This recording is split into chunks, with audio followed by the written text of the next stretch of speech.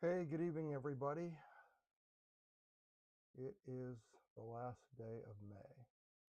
I really wasn't sure whether I was going to do a broadcast today or not. I mean, I haven't done one for a couple of weeks for a number of reasons.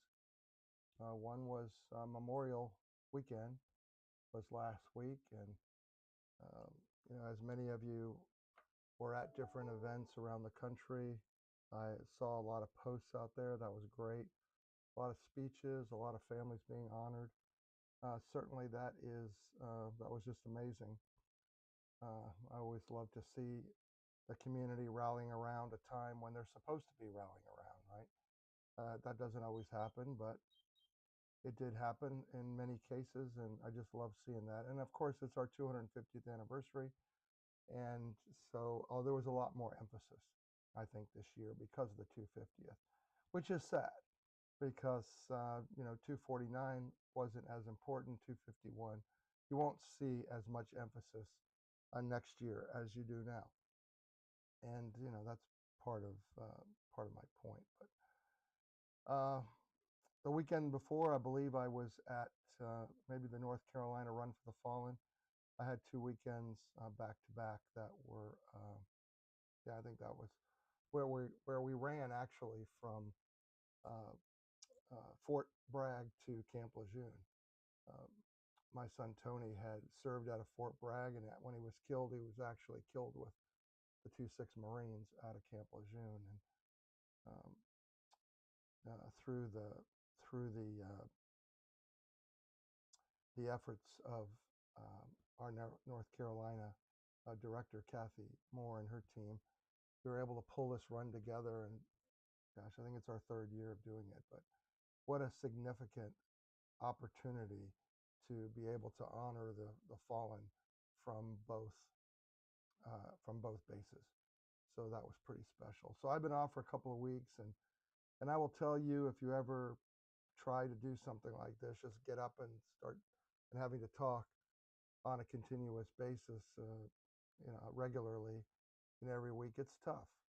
It's tough. Uh, especially when you're an introvert. But the mission is important, and there was some significant things that happened over the last week, I guess, especially in that what we were doing at Memorial Day as an organization is what we've been doing for a number of years, and that is honoring Gold Star families at NASCAR in Charlotte, North Carolina, at Charlotte Motor Speedway at the Coke 600. Actually, it's a full weekend, Friday, Saturday, Sunday. There's a number of families who are nominated and are able to be hosted at the track for the weekend. There's so many things going on that weekend. There's obviously it's Memorial Day, but it's the 250, so a little bit more special. Um, we probably had 100 family members in attendance, but several things I'll just click on that are especially meaningful and have been is because of the way this mission has been um, laid out, right? Has been purposely planned, and that has been for the public to remember the sacrifices of our families. I mean, really, we say that Memorial Day is every day for a Gold Star family because I've explained this. My day is not May 31st or May 25th. It's December 29th. And others have their own day. And so Memorial Day is just that day that supposedly the public has set aside to remember. And some of them do, most of them don't. I've explained all that. And so what we're able to do in Charlotte is actually go to a public platform, not go to those who get it, but actually be able to reach a message out to the fan base, and to we hope is a very patriotic fan base, but still, and then to the world. So here's what happened on Memorial Day for us: is we had honor and remember saturating the message across the platform of the track all weekend. There were honor and remember was imprinted on the tires. All of the uniforms of the officials had honor and remember patches on their uniforms, and that's permanent, by the way. We had flags flying at the track, all around the track, on all the teams' pit boxes in different places. And at mile 300, halfway through the race, they stopped the race, took the cars off the track, turned off the engines, and we all went out onto the field with this huge honor and remember flag, 6,500 square feet. And if you were a family that was there and a part of that, you know just the impact of what that had on so many. So this, one of the things I one of the things, one of the ways that I like to explain what it is that we're really trying to do with the creation of this flag is we're trying to make sure that every Gold Star family in America is touched and understands that they are not being forgotten, that their loved one's sacrifice is not forgotten. That's the whole reason for the flag, right? It's my mission is the national remembrance of every Gold Star family who is still with us, still alive in America. That's the mission. I don't know anybody else who was on that mission in that same way.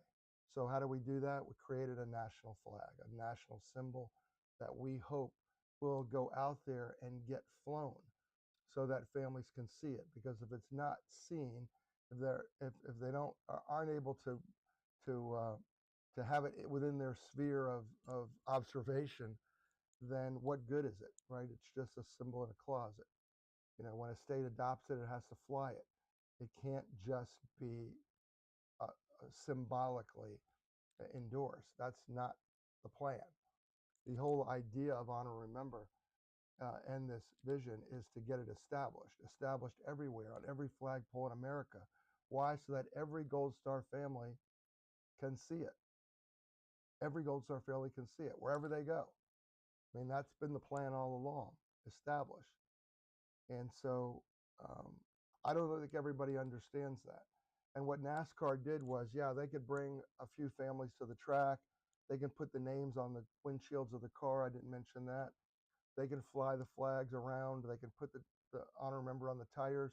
But that communicates to the people within the sphere of that track. What it doesn't do is communicate to everyone else out there in the world. I mean, maybe there's 100,000 people at the track, but there's millions outside of the track. So that's wonderful.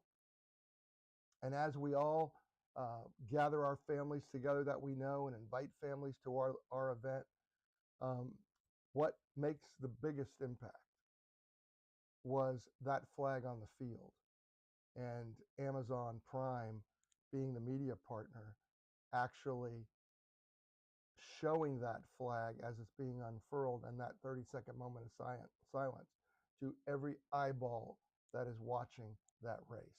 That's the impact. All right. So we were able to educate 90,000 people at the track, but 900 million, 3 billion, whatever our footprint is across America who's interested, in NASCAR. That's the bigger picture.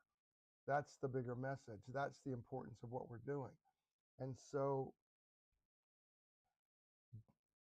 if you were to invite someone to an event and you only know a few families and you can love on them, that's great. But then get the news in there, get somebody to broadcast that so that there's a wider, broader message that reaches more people, right? This is the concept that what I'm talking about.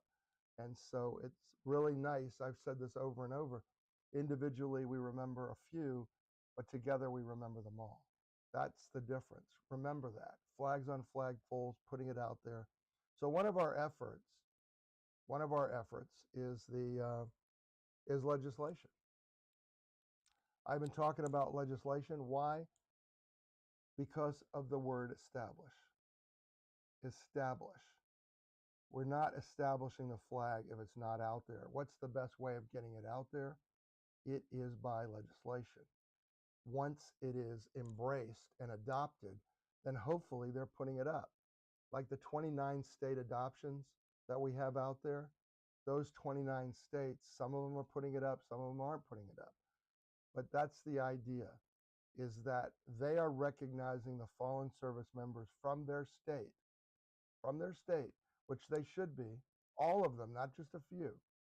And then by the adoption of the flag, they are sending a message to every family that lives in their state that they care, right? That sacrifice meant something, that they haven't forgotten, that they want to make a difference. That's the idea, right? Establishment. And so this is why this is so important to get national adoption. You know, I've talked about the POW MIA flag, and I've talked about the fact that the journey that they were on from the very beginning in 1971, when that flag was first introduced, it was not welcome. It was not welcome. I mean, you guys can, you know, who were still around when that history started, you know, can go back and do some research as well, others of you. But it was not welcome. It was not a pretty flag. It was somber. It was sad. It was meant to call attention to a very sad time and a very sad situation that was going on at that time. We had POWs that had to come home, and we had MIAs that needed to be returned. That was back, you know, the Vietnam was in the 60s. In 1971, that flag was introduced, right? It was introduced. And it took a while, a long while, 18 years, for that flag to take hold and finally become embraced by the United States Congress. 18 years. But all along the way, it was meant to be a reminder that we couldn't forget, right? You are not forgotten is on that flag. And so that continued for 18 years with those that never gave up and continued. And the families that are still waiting for some kind of an answer. It's been so long, you know, we're into the next generation of families, members that are waiting. So then it took another 30 years for the flag to, if you've noticed, it's on all the post offices, federal post offices in America. That's wonderful.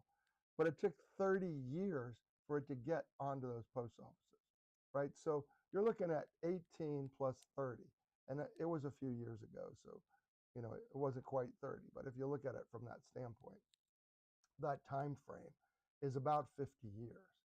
And we're in a different place than we were back then. We're in a different place than we were 18 years ago. And many people have moved on from that. But yet there are no POWs. There haven't been POWs for a long time, decades. But there are still MIAs, and there are still families hoping and waiting and searching, you know, for some answers, and they will continue. But those MIAs are KIAs.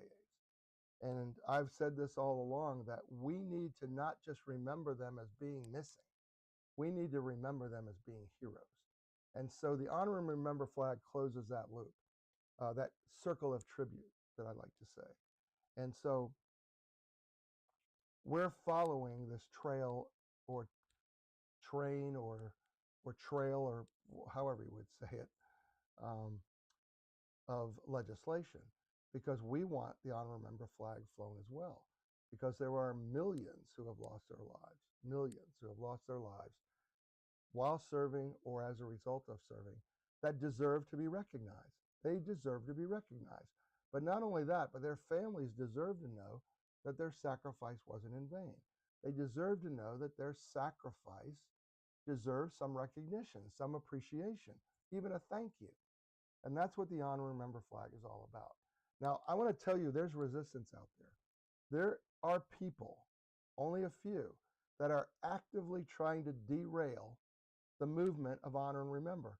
God knows why you would want to stop the appreciation of Gold Star families. And, you know, I'm so reserved and withdrawn sometimes about all this. I go, well, it'll finally make its way, you know, to the top.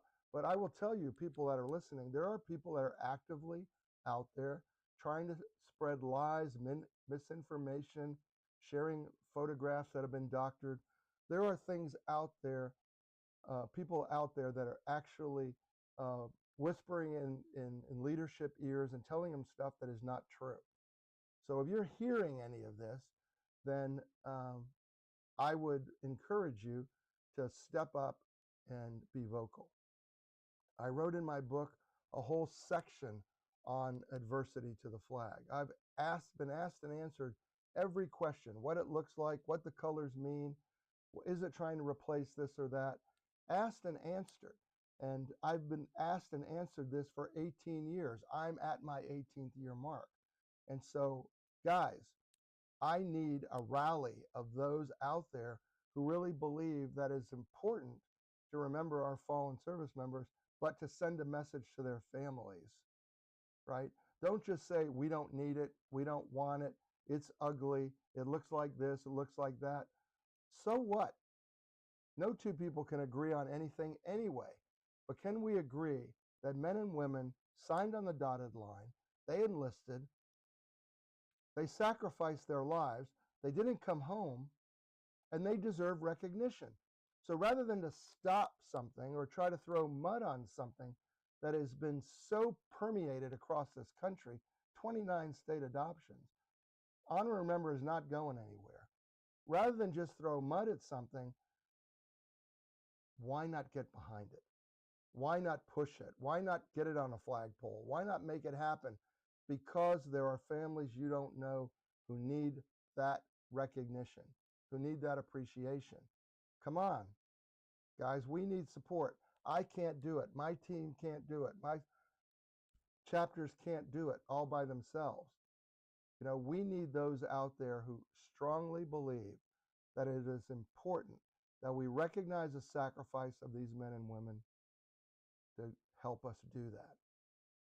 All right? That's the vision. That is the mission. That is the message. And we need everybody to do it. Or give me an alternative. All right? Don't just armchair quarterback and say, I don't like this. I don't like that. Guys, do your due diligence. Do your due diligence. I have done it for years, and I keep talking about it. So one of the things I've done, we have legislation in Congress. I mean, I've talked about that. HR 1363. Yet I have people, I'm just saying there's only a couple. It's not this massive movement, believe me. But they'd like you to think they're this massive movement. Because even on Facebook, somebody tried to post some negativity about the flag and what it looks like, and they were shot down, completely shot down, and they went away. But now they're calling our sponsors, they're calling states, they're telling people that the Gold Star families don't want this. Guys, come on, you know better. You know, one bad apple is not going to spoil this mission in any shape, way, or form. And so we have legislation. And I firmly believed in our 250th anniversary of our country that after 18 years, this legislation will pass. Why? Because it's the right thing to do. It is. It's the right thing to do. Go back to the POW/MIA flag. Nobody liked it. The veterans didn't like it. The POWs didn't like it. I mean, it was a sad, somber image. But yet, people realized it was important. It needed to happen. Hang the visual of it and the color. You know, we got past that because it was the right thing to do. And this Honor and Remember flag is the right thing to do, and it needs to go through. It needs to happen. It's been way too long that these families have been forgotten, have been shuffled off. You'll see they're all shuffled off after Memorial Day. They're all brought out to give their speeches and to be visible, but the day after, everybody goes home. Nobody really cares anymore. Most of the country. Now, I get it. Don't come back and argue with me. Oh, yeah, well, I care. And yes, thank you. I'm talking about a public symbol of remembrance that needs to be out there to remind people that there has been sacrifice and that sacrifice came at a price. This is the difference, okay, and what we're trying to do. And I'm not going to stand for any more negativity and any more people just throwing, arrows and trying to shoot this thing down. because it's too important. This is God-breathed. So one of the ways that I thought would be effective in our 250th anniversary was to write a letter to the president. Not just to write a letter to the president, but write a lot of letters to the president. You know, I've done a lot of things over these last almost 2 decades to make this flag one of the most recognizable symbols in America. Because without this flag and the bodies that it represents, the American flag doesn't fly. We don't live in a free country unless people are dying for their country or willing to die for their country. All right, you ought to know that. I mean, this is pretty evident. This is kindergarten stuff I'm telling you guys. But so over the past 18 years, I've driven to every state. I've run across America. I've camped out at Congress for months at a time. I've even written a book. So I've done all that I think I should be doing myself. You all could have your own missions within the mission of this, and come up with your own plans, flags on flagpoles, and getting an establishment doesn't just mean federal, it's state, local, community, HOA, your own house, your church, your bank, you know, wherever flags are flown. Okay. But I thought the next big thing in our 250th anniversary, we've been talking about the Declaration of Remembrance. I mean, we're doing every initiative we can to get people to think bigger picture. All right. Well, it's legislation. We've had 7 bills in Congress. This right now, H.R. 1363, is our 7th bill. The 7th bill, the number of completion, it's in the House on our 250th anniversary. There is no better time than now to have this passed. So we have pulled out all the stops, and so have the enemies. They're pulling out all the stops too, and they're pouring that negative poison in people's ears and misrepresenting and telling lies, and people are listening. I mean, I'm sorry that there are naive, gullible people out there that can be swayed, you know, by saying, "Oh, look at that! You know, that color isn't right. It looks like this or it looks like that." Well, come on, guys. So one thing that I thought I would do was I would handwrite a letter to the president every single day. I've talked about this in other broadcasts, but I thought I would handwrite a letter every single day to the president from January 1st to Memorial Day, May 25th. And hopefully, you know, who writes handwritten letters to anybody? Well, who writes 145 handwritten letters? Not very many people. I challenge any of you out there to write a few letters to your congressman or to your senator or to the president, right? So I thought I'd read the first and the last letter, right? I've written 145 letters, and I will tell you, I mailed them to the White House, and I've not gotten one response back. Not one response. Not even a form letter that said, "Thank you for your letter. We got your letter. We're really busy. We can't get to you." Nothing. I've got not one response. Now, what does that tell you about the efficiency of the government? You think the president got any of these letters? I doubt it. So I decided I'm going to read the first and last one. At least I'll put it out here on the internet. So here we are. President Donald Trump, the White House, 1600 Pennsylvania Avenue, Washington, D.C., 20500. One of 144. Made a copy of it. January 1st, 2026. Dear Mr. President, I am the father of Corporal George A. Lutz II. We called him Tony. He gave his life in Fallujah, Iraq, December 29th of 2005. We just pushed through the 20th anniversary of his passing a few days ago. I pray, remember he died on December 29th, I pray that you never have to endure the loss of a child, as many have, especially in war. Over the following years of grieving, I had the privilege of meeting thousands of Gold Star families, and through many conversations, realized that the one thing the families need is remembrance. And I found that's the one area we have failed to deliver to the generations of families who have sacrificed, right? We have failed as a country to deliver that message. In 2008, On Memorial Day, I made it my life's mission to ensure no sacrifice is ever forgotten by the creation of the Honor and Remember flag. For 18 years, I have worked towards it becoming our national symbol of remembrance. Would you help make this a reality in our 250th year of celebration? Respectfully, George Lutz. That was my first letter. 144 letters later, actually Memorial Day was my 145th letter. After no response, remember, absolutely no response. This is my last letter. President Donald Trump, the White House, 1600 Pennsylvania Avenue, Washington, D.C., 20500. Memorial Day, May 25th, 2026. Dear President Trump, today is Memorial Day! Exclamation point.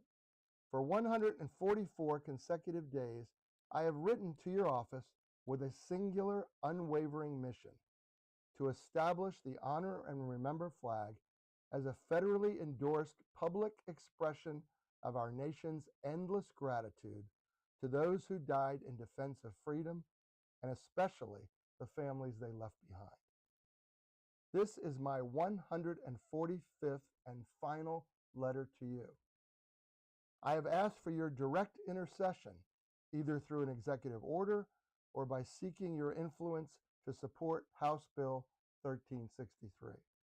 To date, these letters have been met with silence. Not one response, not even a form letter, thank you.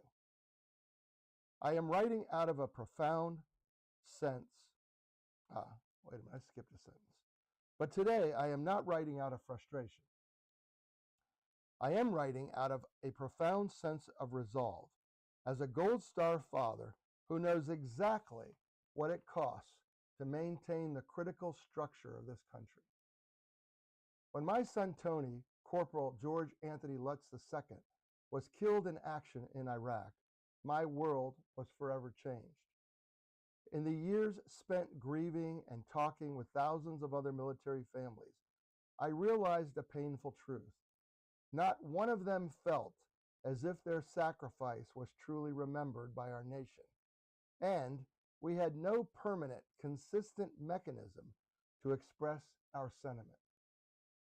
We have never taken the time in all our years to create and establish a federally recognized specific symbol that says to every fallen service member's family, your sacrifice is individually important, valued, and will truly never be forgotten.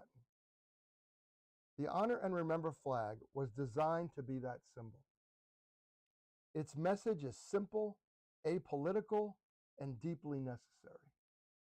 As Commander-in-Chief, you hold the unique power to change that. On this day of all days, as you lay a wreath at the tomb of the unknown soldier, I ask you to look upon the families of the fallen gathered there. We do not ask for monuments of stone.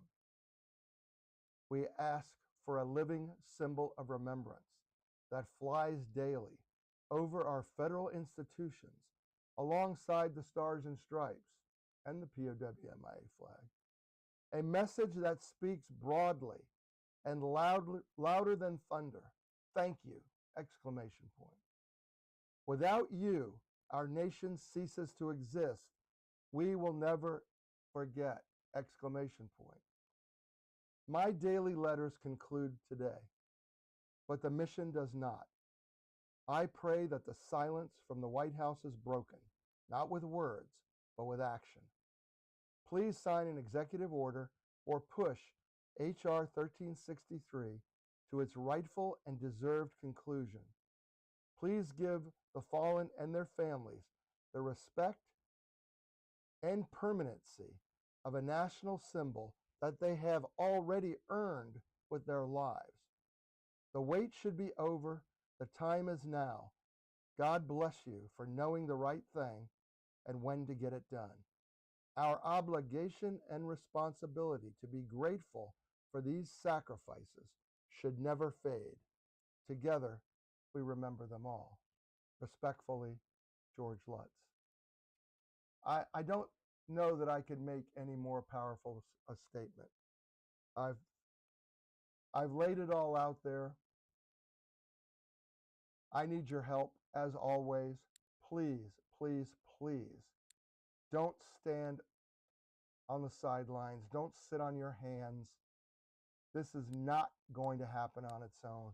And it seems like, to me, of all the conversations I've had, for the most part, it's the Gold Star community that has to figure out a way to get their own selves remembered. That is a travesty. I'm going to conclude for tonight. God bless you guys. I hope that I got through to some of you. There is nothing more important on this earth to me than recognizing the sacrifice that is given for all of us, that was made for all of us so that our loved ones didn't have to make it, right? Somebody else, his loved one did. They died for you, so yours didn't have to. To those whose loved ones did die for me, thank you.